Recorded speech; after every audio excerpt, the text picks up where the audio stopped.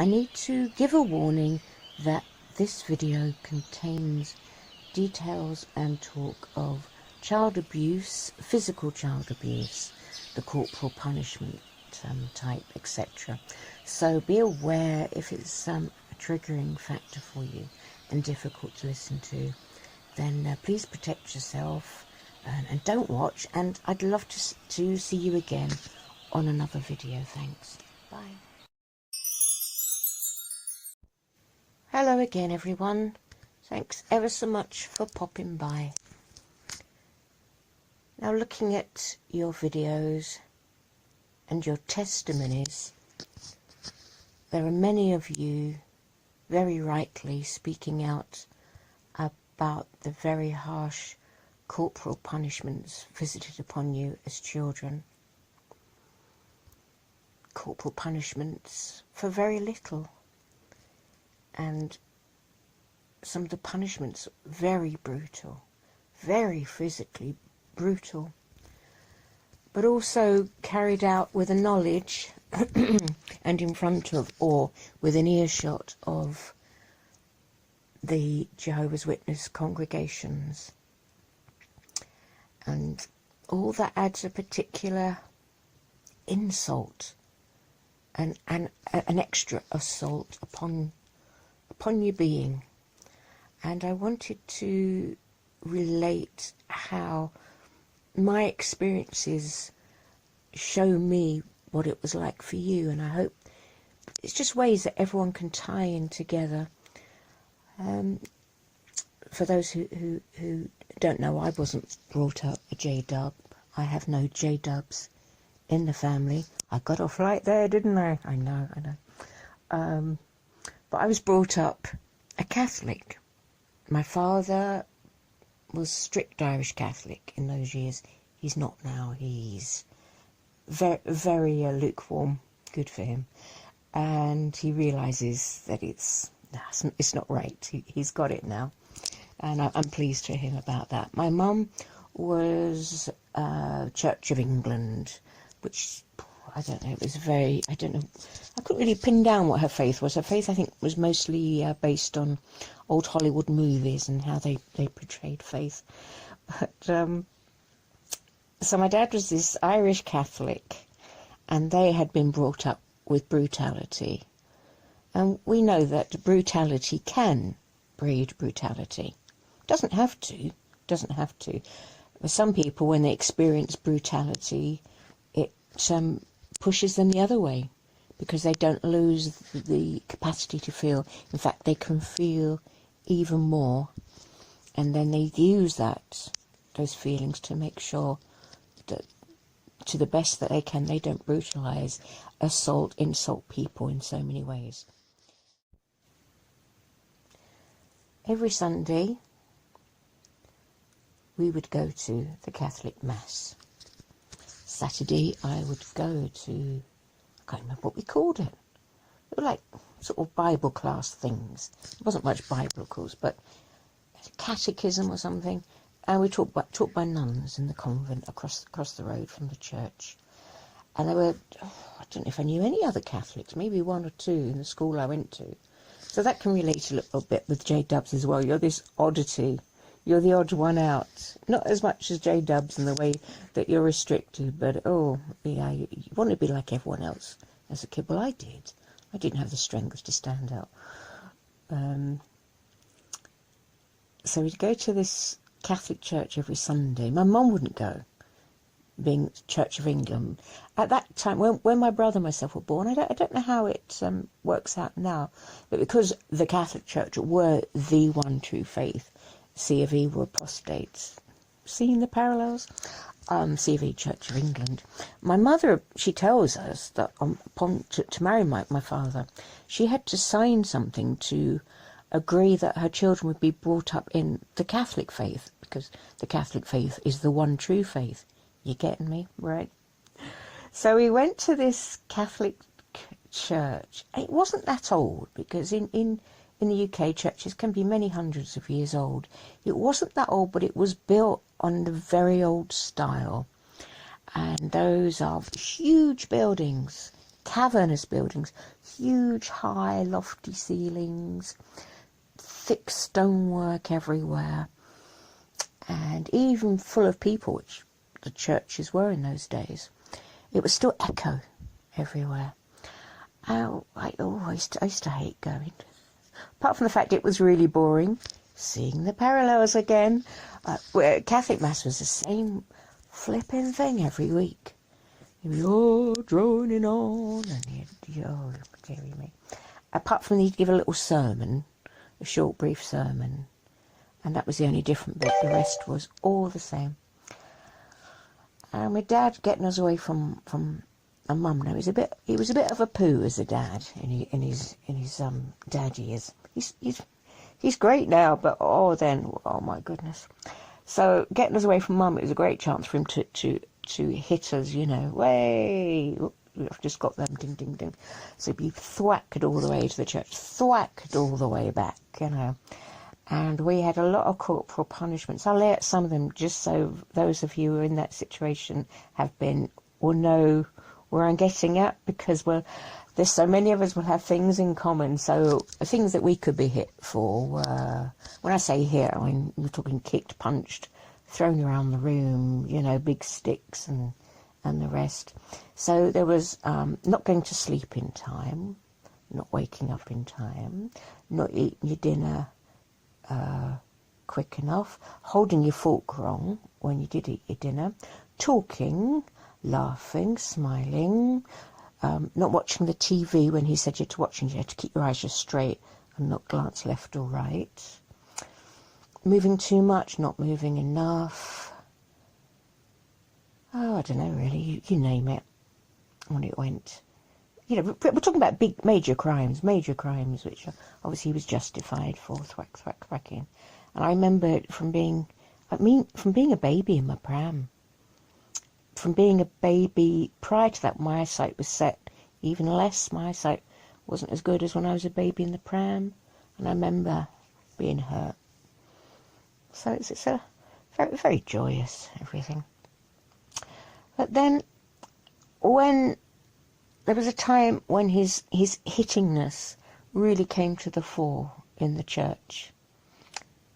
Just as you guys report how you repeatedly were dragged into the back of the Kingdom Hall or outside and just brutally beaten because you were bored sitting there for 2 hours, and an hour of that they'd have been talking about masturbation. You know they did that, guys. You know that's what happened. How did you cope? So this time, I think I'd be about 6. No, it had been the first communion, and in Catholic things, that's where you take the host, the body of Christ. You take it upon your tongue and you say Amen, and it's a big deal. I had went through all my things earlier than you normally do, so I was young, and so it was the year before I was going to have that, and it was that year's influx as one big ceremony where that year, all those years, kids have their first communion. So we were sat there in the church, and all the kids are all dressed up very well. The girls have pretty white dresses on, and so they all had their first communion, and the priest led them down the centre aisle, you know, in their glory, and the organs playing away. And I wasn't looking properly at them all. Dad says that will be you next year, you see. So the organs playing. No Catholic hymn ever sounded like that. And my dad says, look at them, and I wasn't looking properly in his terms, whatever. So, of course, I was being disobedient. So that was it. I suppose he must have got himself into quite a safe space, because with everyone distracted by the aisle and the organ playing away, and I had the choir singing as well. There'd be choir loft, and he'll be all the noise would be huge.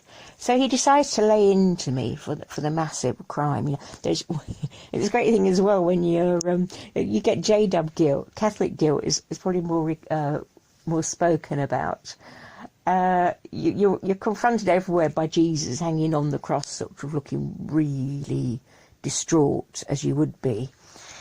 And that's everywhere, and it was a bit off-putting as a kid. It really is. Big Jesus is hung everywhere, looking down reproachfully at you as he's dying. So, and the other thing with Catholic, Irish Catholics particularly, if you've seen you're hurting the baby Jesus, figure that one out. Oh, you're hurting the baby Jesus. So I was apparently hurting the baby Jesus, and his adult self was reproachfully looking down upon me. Dad's laying into me. Now, we had hard wooden pews, as you imagine in church, classic. There weren't any cushions or anything. Then you'd have kneeling wooden bits as well in the front. So he was chucking me around. When you're little, you can be thrown around pretty easy, can't you? And I remember so well the hard wooden surfaces bouncing off, and then I'd be upside down, and another bit of me be bouncing off from my head and my cheek and my body, boing, doing, doing, doing. So I'm sort of being bounced around, and I'm crying and I'm wailing. And normally I was very good at not crying or wailing no matter what was being done to me, because that would provoke more beatings and stuff. But however, it took me by surprise, because in the church, and then yeah, at home I used to be able to get myself where I could be bounced off things a bit softer. So I wail and away. I'm probably drowning out the organ by this stage. So the parade thing stops and the organ stops. And there's me still going, wah! And so I managed to stop myself. And again, many of you know that thing where you're forced to stop as a kid. So you try to stop crying, but it's all still in you, isn't it? So it's like silence. Silence. You know what I'm saying. Yeah. So wailing away. I say I'll be about 6, but I knew as a child you have a sense of right and wrong. You really can have that. And I knew that all those people in that church were wrong not to have intervened. I knew it.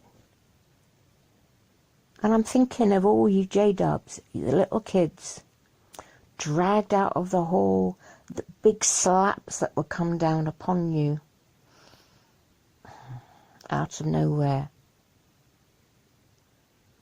And you'd have known, there'd be bits of you, even though it was the norm, and it was the accepted norm, and the proper biblical way of doing it, there'd be somewhere in you you'd have known that was wrong. And there's also the other pain, isn't it? There's your parent doing this to you. There's someone who's supposed to love you more than anything, and you love and trust them. You need them for your survival, even more so as a J-dub, because you'll die forever. Catholics were going to burn forever, you know. So it's important, and you know it's wrong, but you're stuck with it. And the effect, it had a big effect on me, and I'd be interested to know the effects on you. I just didn't like those people in that church after that. I just looked at them with very critical eyes. I was probably quite harsh upon them, but I really did. I just didn't like them after that.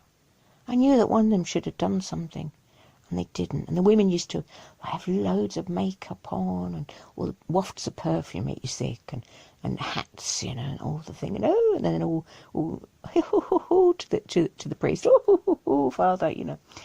And I just saw it all as a front. I just saw it as being false, and of course that grows when you get into teenage years and things. But it didn't mean anything. I knew it didn't mean anything. So it becomes a damage to your spirituality or your potential spirituality.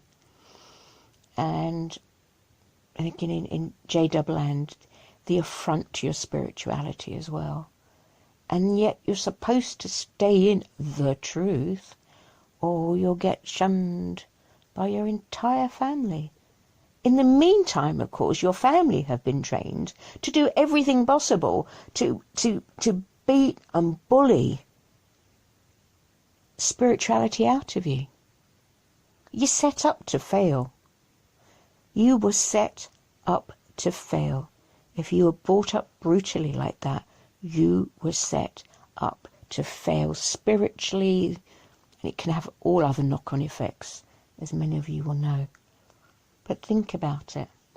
And how many people are excommunicated, shunned by the J-dubs because of what the J-dubs themselves did to you? Be lots. Over and over. There'd be just so many. It's shocking. And you know what? I just think, damn them. I'm sorry. It's just like, oh. How do you know the training process for torturers? To make someone into torture, apparently, you torture them. Violence begets violence. Cruelty begets cruelty. Love begets love. What's the best way to teach a child? What's the best way to show anyone anything? By example, by living it. And another parallel for those of you, the many of you who speak about how they were just pooped on royally as children, yet their families may have been at very high standing in Watchtower. Fathers who were elders, ministerial servants. So you have this person who is looked up to by the rest of the congregation. And it becomes very confusing, doesn't it? Because they were going, oh, what a wonderful man. Oh, thank you. Oh, you're wonderful. And yet you know what they're flipping like. What they're flipping like when no one's watching, once the doors are closed, once the suit comes off, once the Sunday best comes off.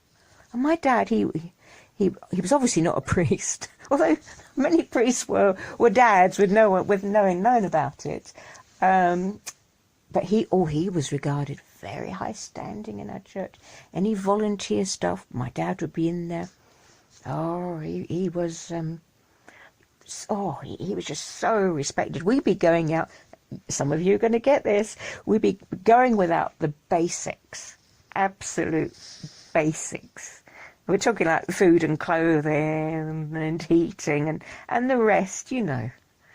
And he'd be off doing everything for everyone else. And there was at some point, I don't know what I'd be, 11 or 12 or something, and got asked to join the church choir, which was great because you'd sit up in the choir loft and you could mess around a little bit and have a giggle. So that was a great escape from the boredom. And we had a new priest. He was very, very laid back guy, actually. He was okay. And the choir mistress, who was she was one of the the good women of the church, and she did do a lot. And she introduced me to the new priest. And she said, "Oh, you must know her father." And the priest said, "Oh, no, I'm not." He said, "Oh, he's the salt of the earth." I don't know how I didn't vomit all over the priest's shoes, because I knew otherwise. Oh, but doesn't it change where we go in that religion? Because how we see our parents act, we're going to translate that towards the whole religion, aren't we? And quite rightly so, because it's known and it's tolerated by that religion. In the Catholic Church, with them running the schools, their corporal punishments were brutal. If you couldn't add up 2 + 2 front of the school, whack whack.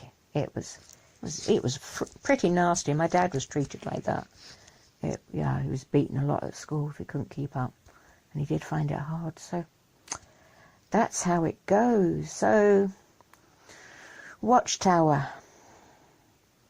You say that he doesn't discipline his child is hating his child. Well, discipline, corporal punishment. Spare the rod and spoil the child. I just put that in another video recently. And then they wonder why you leave. They wonder why you think it's all just a joke. It's just a lying facade, a lying pretense. But once you leave, once the beatings stop, when they have been bad, when they have been life-threatening, as many of us know they can be, when you've gone to the edge of death so many times, the minute you grow up, the minute you're independent, the minute you leave the sphere of influence, then the problems can sometimes only just be beginning then. Because there's all the healing, there's the overcoming, the understanding, the acknowledgement, understanding what love is, understanding what self-love is. So much to be overcome, so many journeys. It can really hurt, can't it? So I've come a long way, thanks to so much kindness and patience. I have been really blessed. It ain't been easy.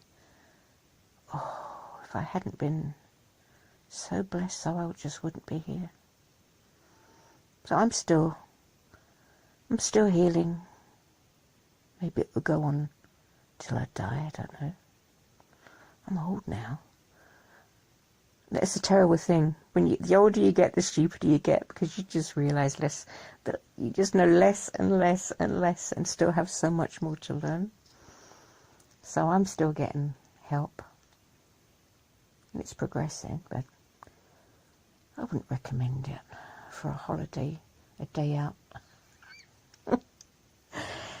So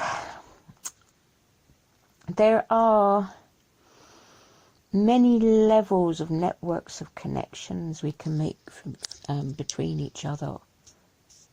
So many of us.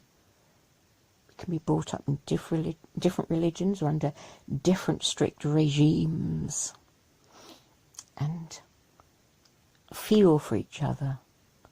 Understand. You're not exactly that person, but there's the capacity and capability to understand, to at least hear in the first place, to listen.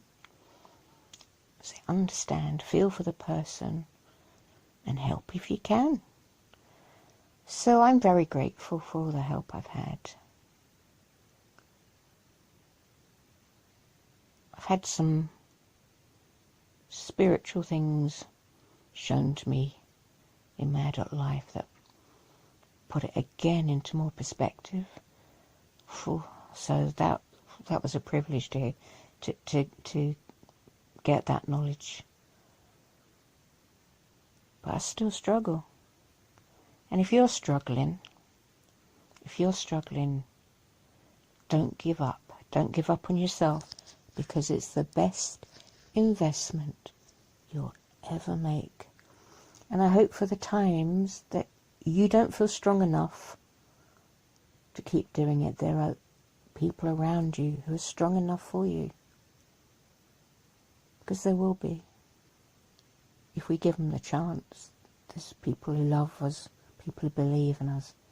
You'd be surprised.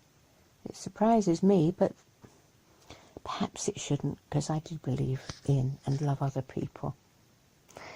So it's all two-way human beingness. So thanks again for listening to these ramblings. I hope if someone doesn't know about J-dubs and they hear this, then I hope you can understand what those kids went through and what their adults go through now, so that we can all help each other. Be kind. So thank you. Please like and subscribe if you're crazy enough. Bye for now. We're all fighting a battle. We're singing the same song, trying to find someone who cares as much as we